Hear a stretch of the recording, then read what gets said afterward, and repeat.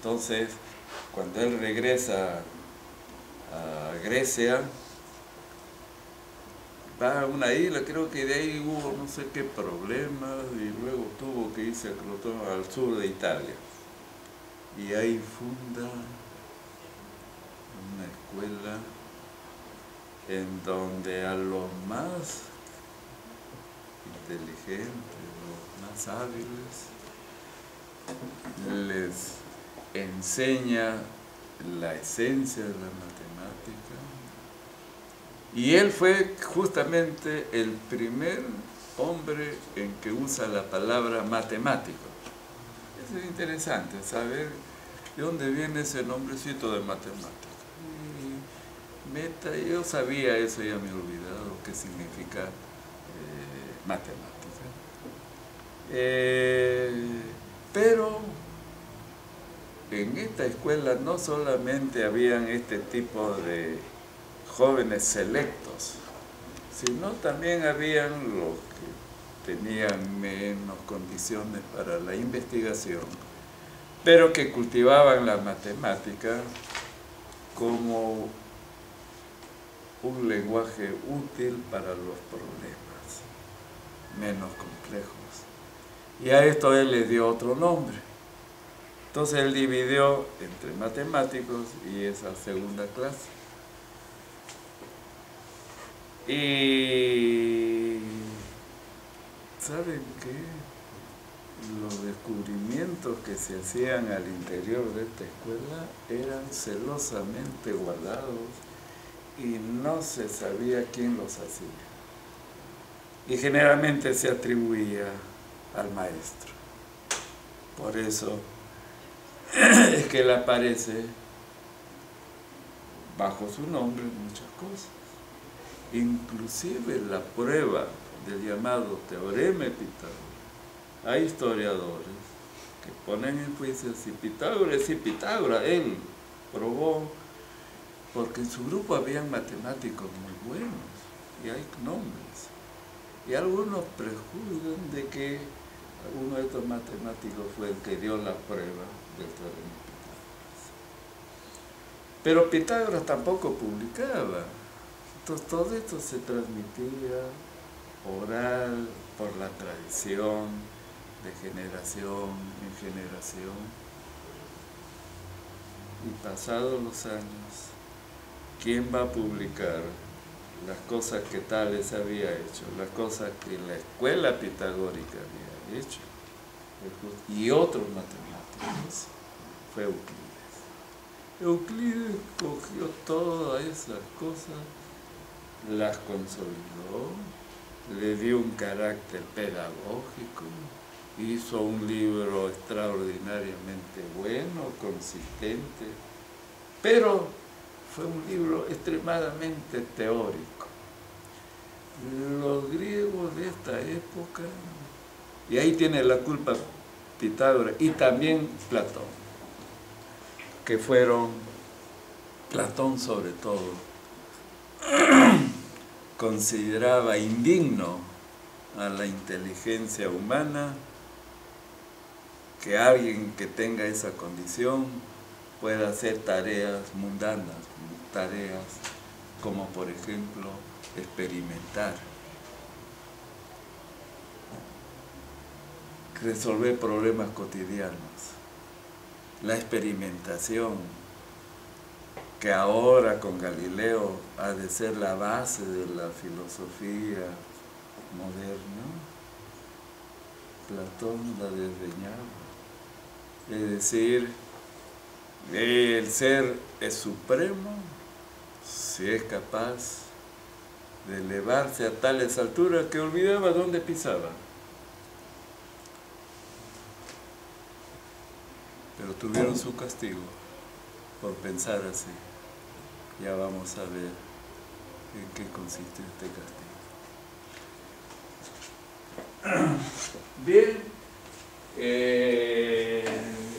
la filosofía de Tales fue todo es agua, el agua. Puede ser. Miren ustedes que cuando estos filósofos daban este tipo sentencia filosófica, hay una razón. Mire, el agua es esencial, ¿no? Las civilizaciones siempre se hicieron al lado de los grandes ríos. El agua. Si no hay agua, Lima al lado de un río. Bueno, este río a veces no trae nada de agua, ¿no? Pero para Pitágoras su esencia fue la idea del número. El número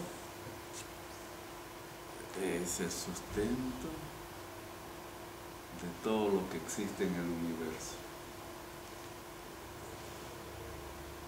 Y vamos a ver qué pasó por dar ese fundamento. Pasó una desgracia, una tragedia. Y en particular el número 10. El 10 por varias razones.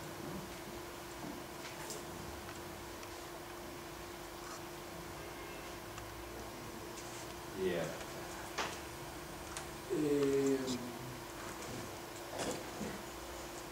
Pitágoras dividía el mundo de la matemática de esa época estaba concentrado en lo que hoy llamamos la aritmética y la geometría. La aritmética y la geometría son las dos áreas matemáticas más antiguas. Por razones naturales, ¿no? Porque la aritmética, la primera idea es aritmética, la primera es idea geométrica. Usted podría inclusive trasladarlas al hombre primitivo cuando concibe intuitivamente en su subconsciente la idea de forma, una esfera, la luna llena, o la idea de cantidad. El hombre primitivo posiblemente cuando un elemento de su clan desaparecía podía precisar que alguien estaba faltando. O sea, la concepción de cantidad, es decir, la concepción de número. Pues bien, y la logística era ya, la aritmética era propia de los matemáticos, de los que él consideraba gente seleccionada. Y la logística era la gente que podía hacer los cálculos prácticos, el mercader que iba a hacer sus transacciones comerciales, etc. Miren, los pitagóricos conocieron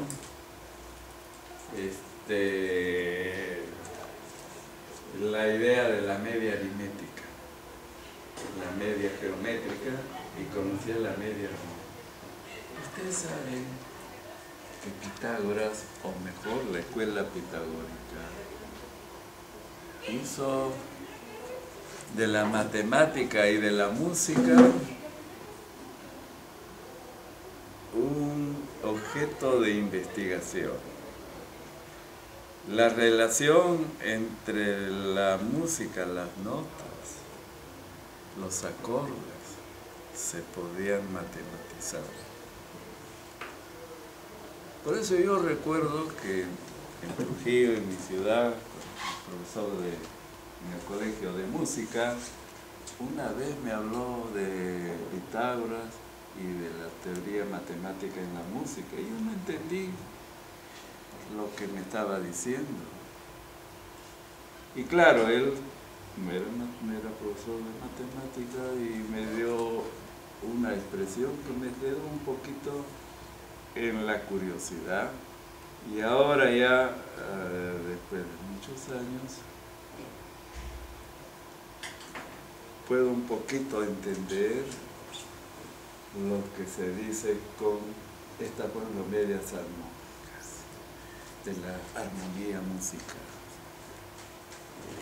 Pues bien, vamos a ver que la aritmética se geometriza. Los pitagóricos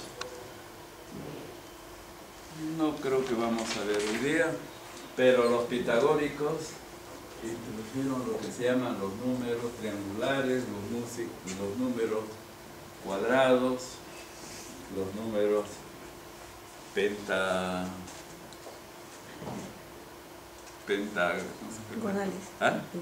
pentagonales, etc. También introdujeron lo que se llama los números perfectos, los números amigos. Es decir, la aritmética pitagórica fue una aritmética bastante rica, fue una aritmética que muchas veces es la que nosotros estudiamos actualmente cuando estudiamos un curso de aritmética suficientemente avanzado.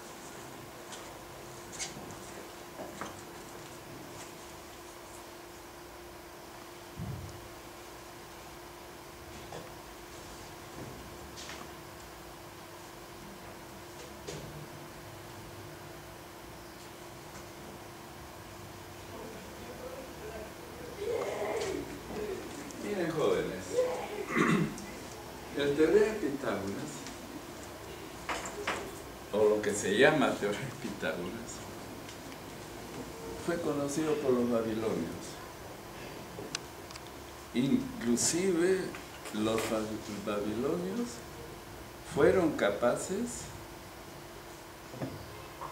de construir ternas de números que satisfacen la famosa expresión a cuadrado igual b cuadrado más c cuadrado.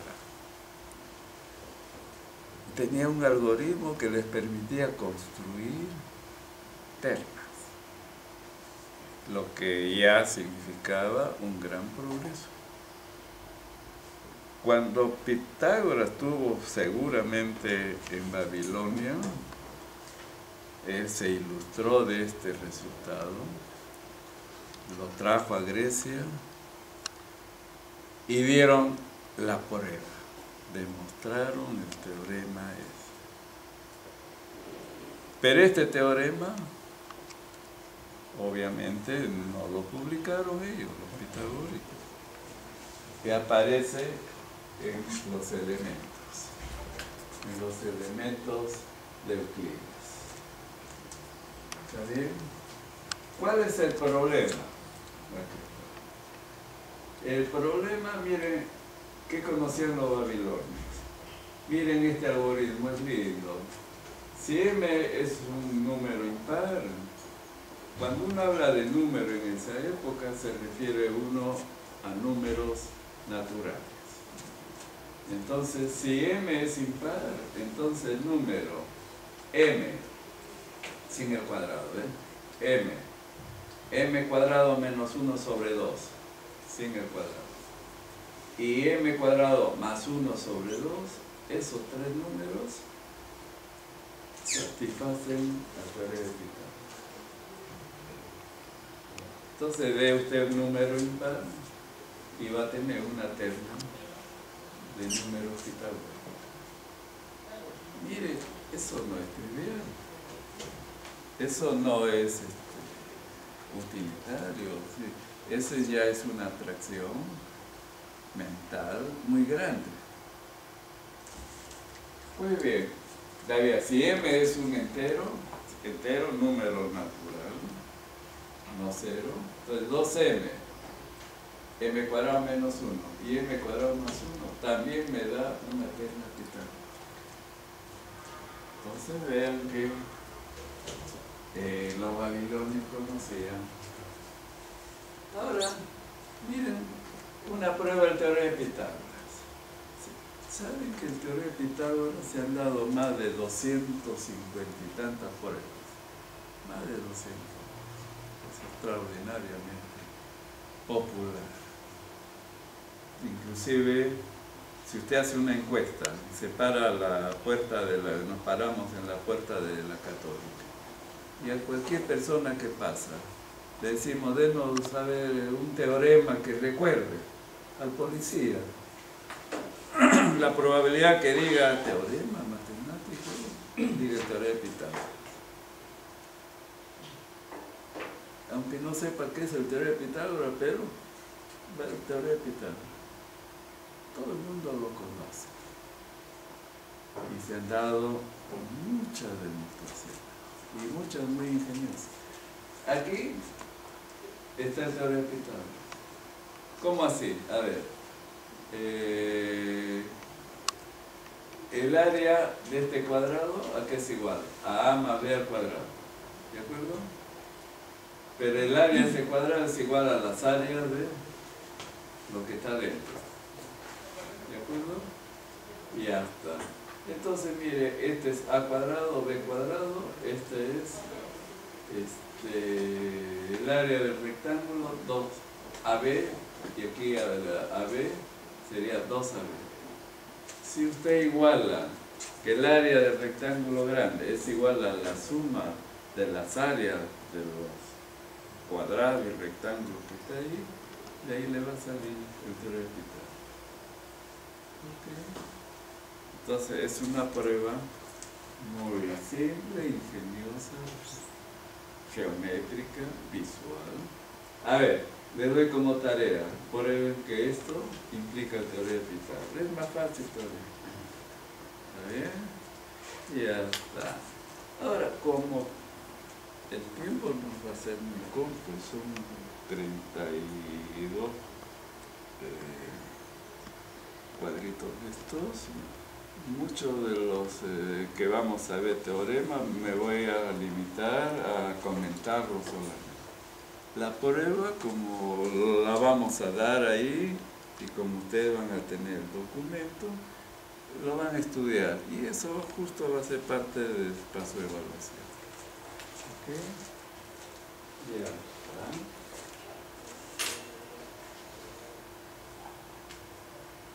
Uy, ay, ay. Llegamos a la parte más crucial. Los pitagóricos estaban orgullosos de su saber, de las cosas al cual habían llegado en la matemática. Los pitagóricos vivían momentos, inclusive se habla de éxtasis. Cada vez que se descubría algo grande, se celebraba, se mataba un buey, se tomaba buen vino, bueno, y todas las cosas propias de un festejo. Pero, miren, este argumento tan simple, que aquellos que son profesores, todos, se tiene el cuadrado unitario, justo por el teorema de Pitágoras, la diagonal vale raíz de 2. ¿Cuánto mide esto? Raíz de 2. Si usted toma con el compás, y los griegos hicieron su geometría en base a la regla y al compás. La regla de ellos no era pues la regla nuestra que tiene divisiones, era una reglita. ¿Ok? Y el compás. Con esos par de instrumentos, todo debería de hacerse en la matemática de aquella época. Pues bien, entonces, tomando como centro 0 y contrario la diagonal, se construye una circunferencia. Esta circunferencia corta a la recta en P.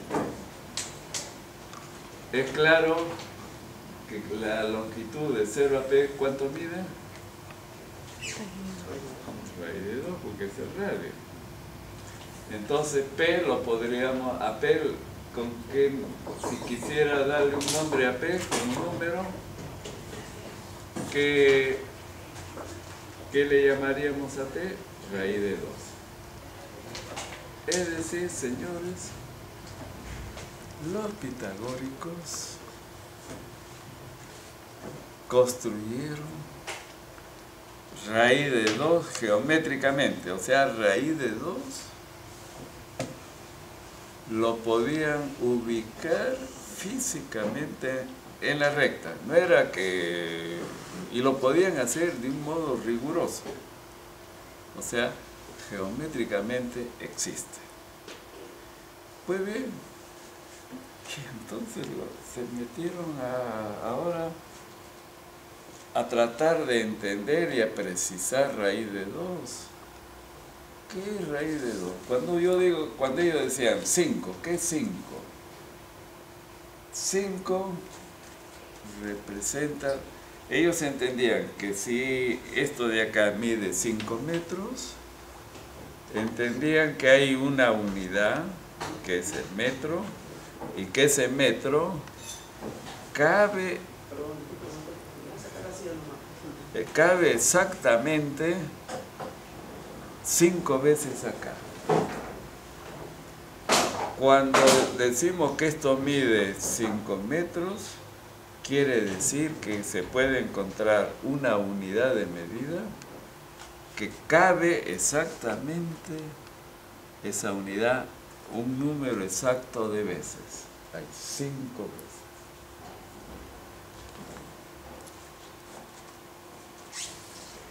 Por ejemplo, de 0 a 1, eso se podía medir, se mide, y hay una unidad de medida.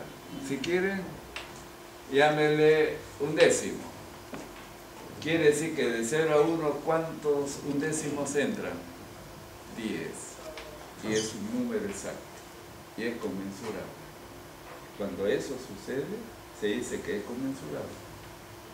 Entonces, miren, esto es conmensurable. Obviamente, este también es conmensurable.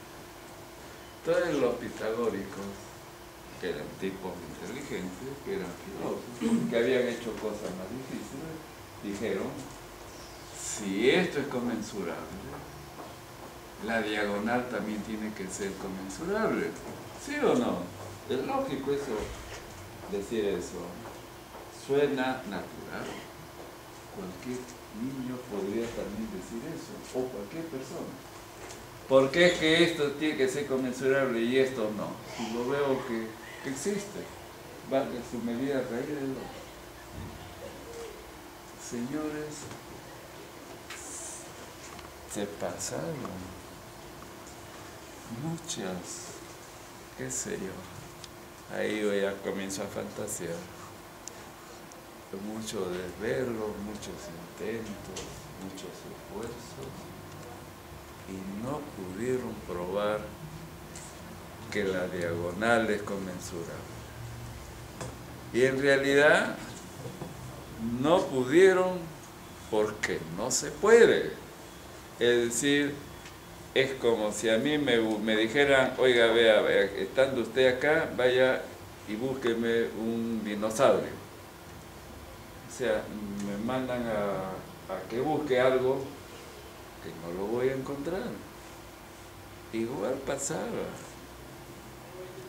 Ellos trataron de ver que la diagonal es conmensurable y no pudieron. Y no pudieron porque realmente no es factible.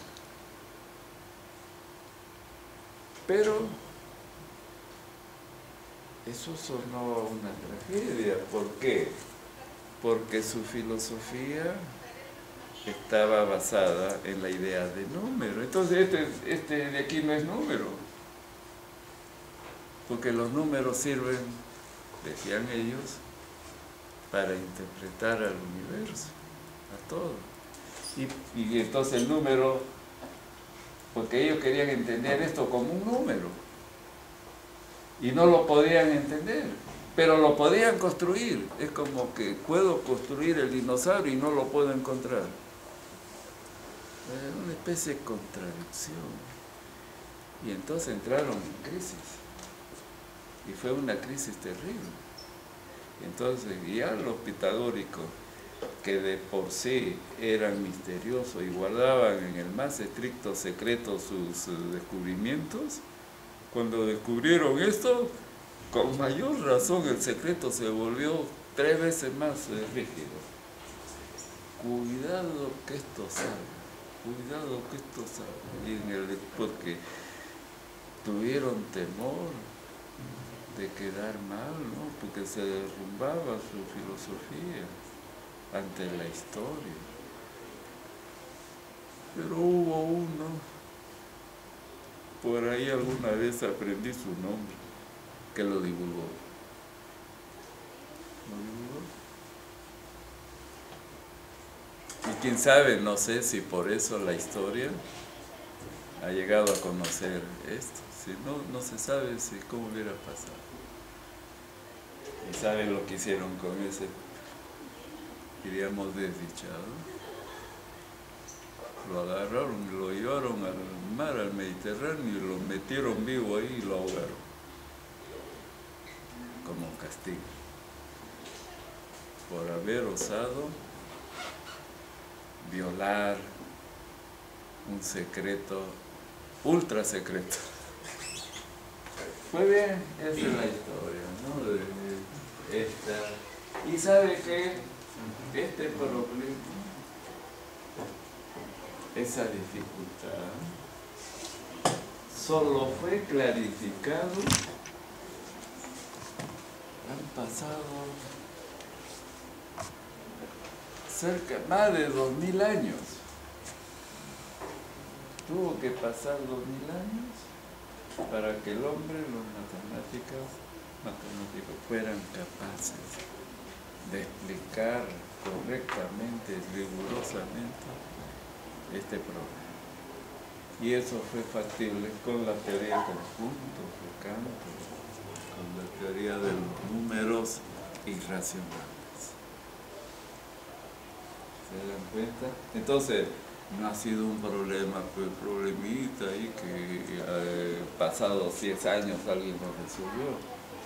No fue un problema realmente difícil.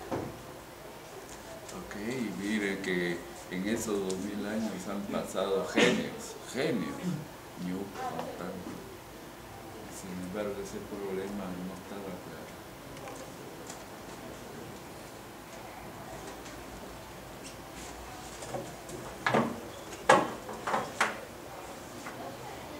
Voy a permítanme para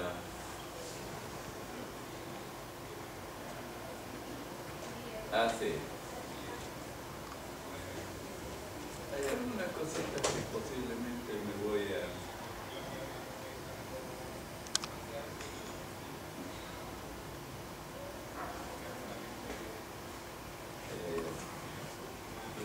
regresar, pero que hay.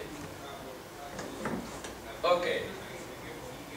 ¿Cuántas veces a nuestros estudiantes le hemos enseñado esa famosa, y le seguimos enseñando esa famosa identidad algebraica? El cuadrado de una suma.